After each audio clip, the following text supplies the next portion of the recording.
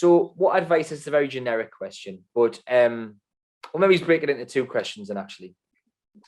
What advice would you give to people just starting off in property? First question, in terms of strategizing and just some general tips, because you're very experienced and knowledgeable. What advice would you give to people starting off? I think the biggest thing is to take your time getting your initial plan right.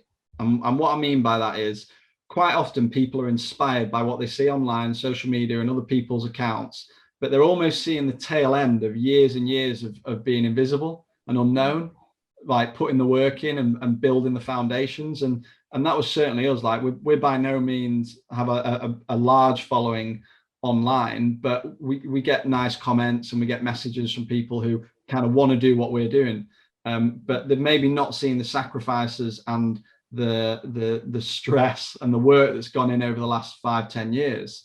So take your time. What I would say is, like, look at your circumstances and what you want to achieve in the next 12 months, 24 months, and then align a plan and work with somebody who can help you get to that point.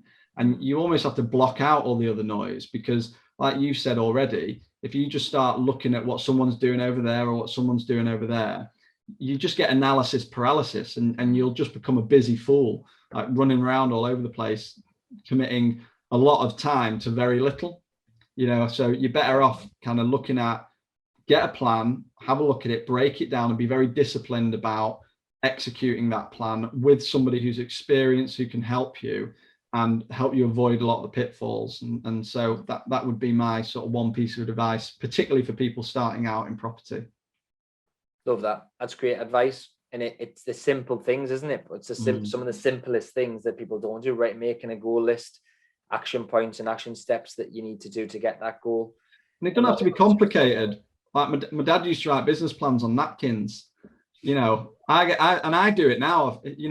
You'll probably get it next time I'm up in Newcastle. We'll go out for lunch and just get a napkin out and a pen and start writing. Honestly, the best plans are written on back of a fag packet or a napkin if you don't smoke.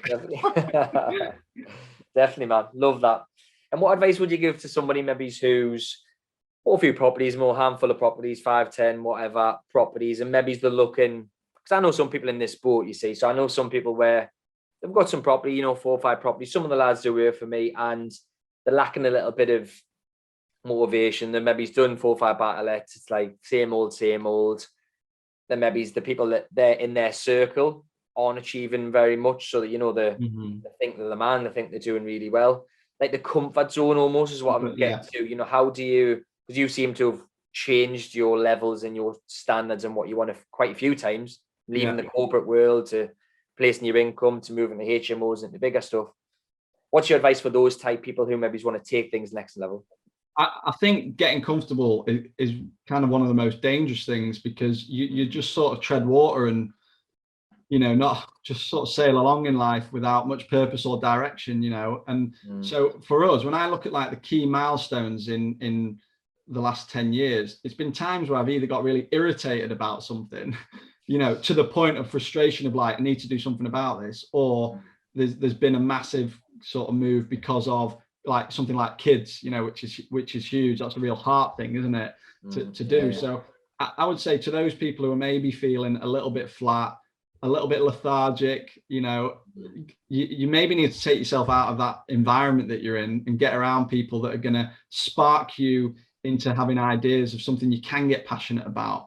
Because I just think, like, when you get passionate about something, it's almost, you can have a bad night's sleep and you'll still wake up the next day and smash out 12 hours, like working on that thing, because you're alive, and you're motivated. And I think that rubs off on other people as well. So if you're in that position, firstly, identify you're in that position. That's all right. Like you get to that point and go, okay, maybe I need to do something, but then change your environment to try and get you that little spark. I mean, you can use loads of analogies, can't you? It's like the gym. If you just sat on the sofa, you've kind of like, you're just going to sit there all the time. But if you get yourself out in an environment with people who like to keep fit, they're going to encourage you and inspire you to want to do that. And so you're going to start going to the gym and finding it a bit easier. So I think it's the same in business. Change your environment. And I definitely think there's been times I've got comfortable And then I get this little voice in my head, you know, it's like the little devil and angel on your shoulder, and it's like, come on, Charlie, it's time for a change. And sometimes that's counterculture, and sometimes it's against the advice of people that love you the most, like your family and friends, who might not have that same mentality as you, and they might be trying to give you advice out of loving you, but they don't realize that actually for you to fulfill your potential and you know, really kind of develop those business ideas, you've got to think a bit differently, and you've got to take a few risks. So, you know, you've kind of got yourself around people that are going to, you need to get yourself around people that are going to tell you to go for it and not try and hold you back. Love that. Again, that's great advice. You know, I'm not sure who says the quote. I think it's Grant Cardone. Someone maybe says, like, you know, someone who's achieving more than you or doing more than you in a particular area or field, they'll never tell you to slow down. They'll never tell you to, you know, stop doing all that. You're thinking too big. It's only the people who are doing less than you that ever say that. And I know sometimes family and friends are being cautious and telling you not to take the risks from a point of caring. But, you know, the chat, the conversations are so much different when you speak to people who are achieving more than you've achieved in that particular field on. And that's really the tell, isn't it? Like poker, there's a tell, there's an indication. And if you are in an environment where you're getting that quite a lot of, like, maybe you should slow down, maybe you should do this or that, that's probably telling you, you know, it's time to step up and do something different. Love that. So go for it. Yeah. Yeah, man. Love that. Thanks, Charlie.